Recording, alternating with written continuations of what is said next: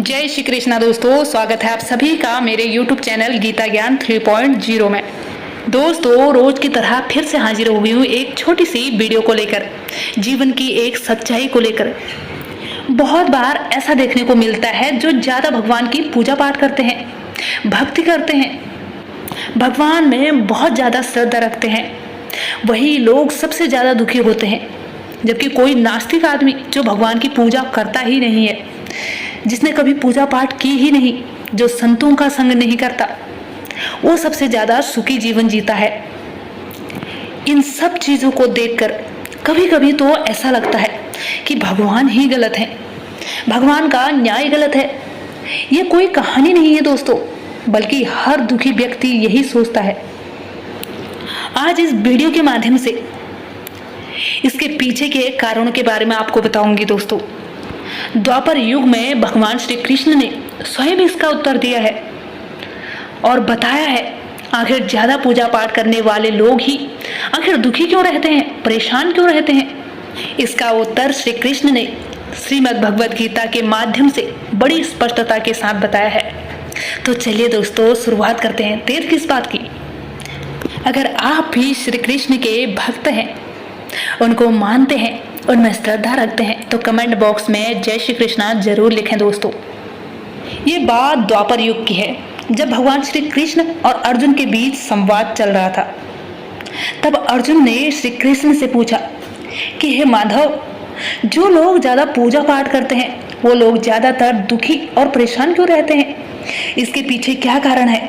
जबकि जो लोग भगवान का नाम तक नहीं लेते, जो लोग भगवान में श्रद्धा नहीं रखते, उनका स्मरण नहीं करते, वो लोग हमेशा सुखी रहते हैं। उन लोगों को मैं सुखी देखता हूँ, इसके पीछे का रहस्य मुझे समझाने की कृपा करें।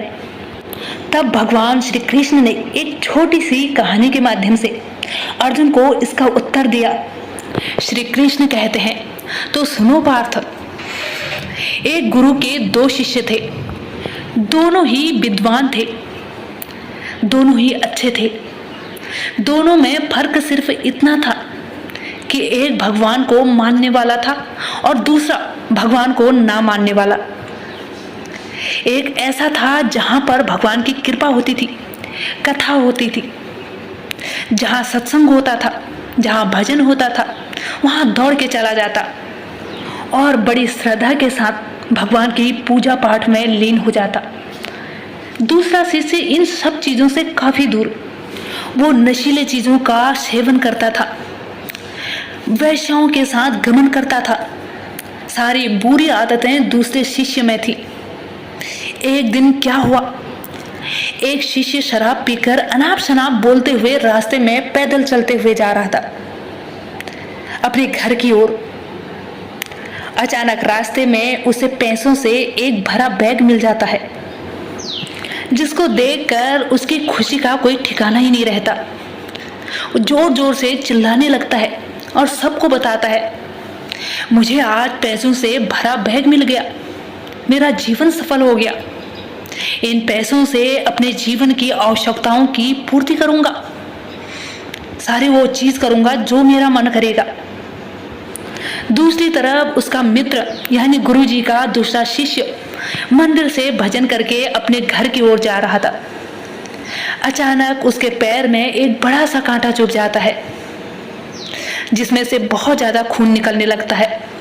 ठीक उसी समय दूसरा शिष्य भी वहां पहुंचता है और हंसते हुए उसको बोलने लगता है, क्यों, तुम ही हो ना जो सबसे ज्यादा भगवान की पूजा पाठ करते हो, भजन करते हो, अपने भगवान को इतना मानते हो। क्या दिया तुम्हारे भगवान ने तुम्हें। मुझे देखो, मैं कभी मंदिर नहीं गया और ना ही मैंने कोई काम अच्छा किया। दोस्त, मेरे घर में तो भगवान का मंदिर तक नहीं है। मैंने अपने घर में कभी सत्यनारायण की कथा नहीं कराई, भगवान के सामने कभी माथा नहीं टेका। फिर भी मैं इतना संपन्न हूँ, अमीर हूँ, मेरे पास पैसों की कोई कमी ही नहीं है। सबसे ज्यादा सुखी जीवन में मैं ही हूं। दूसरे शिष्य को उसकी बात चुभने लगी। उसने मन ही मन विचार किया, ये तो ठीक ही बोल रहा है, मैं कितना पूजा पाठ करता हूँ और वो कुछ नहीं करता, फिर भी इतना सुखी है, इतना अमीर है। इतना सोचते हुए वो अपने गुरु के पास चले जाता है और यही प्रश्न गुरु से करता है। गुरुजी मुस्कुराते हुए बोले, भगवान जो करते हैं सब अच्छे के लिए करते हैं।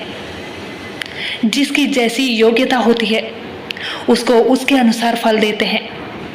अब तुम्हारे प्रश्नों के उत्तर तुम जानना चाहते हो कि भगवान ने तुम्हारे पैर में कांटे क्यों चुभाए, उसको पैसों से भरी बैग क्यों मिली।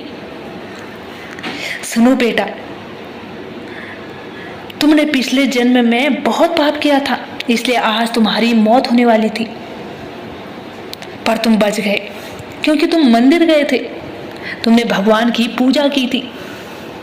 यही एक कारण है तुम्हारी मौत न होकर सिर्फ तुम्हें एक कांटा चुभा। अब तुम्हारे मित्र की बात करते हैं। पूर्व जन्म में वो एक संत था, एक महापुरुष था, इसलिए उसकी आज किस्मत बदलने वाली थी, करोड़ों की संपत्ति का मालिक बनने वाला था। मगर इस जन्म में उसने कोई भी अच्छा काम नहीं किया, गलत चीजों में लिप्त रहा, इसलिए पूर्व जन्म के फल के अनुसार उसे थोड़े से ही पैसे मिले हैं, जबकि वो आज अरबों की संपत्ति का मालिक बनने वाला था। भगवान को दोष देना छोड़ दो, अपने वर्तमान के समय का सदुपयोग करो, भविष्य अपने आप सुधर जाएगा। इस प्रकार उसकी आंखें खुल गई और वो शिष्य फिर से गया और पूजा पाठ में लग गया।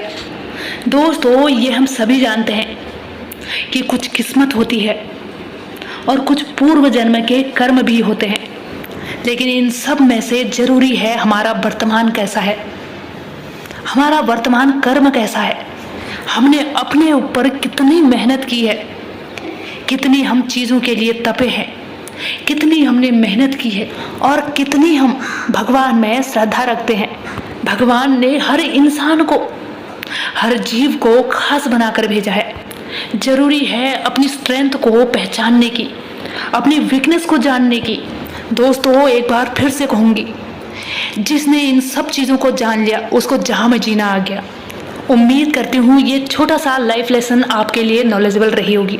अगर हाँ तो वीडियो को लाइक करें, अगर आप चैनल पर नए हैं तो प्लीज़ इस चैनल को सब्सक्राइब भी करें और बेल आइकन को भी ज़रूर से प्रेस करें ताकि आने वाली मेरी हर नई वीडियो की नोटिफिकेशन सबसे पहले आप तक पहुँचे। दोस्तों, तब तक के लिए जय श्री कृष्णा, राधे राधे।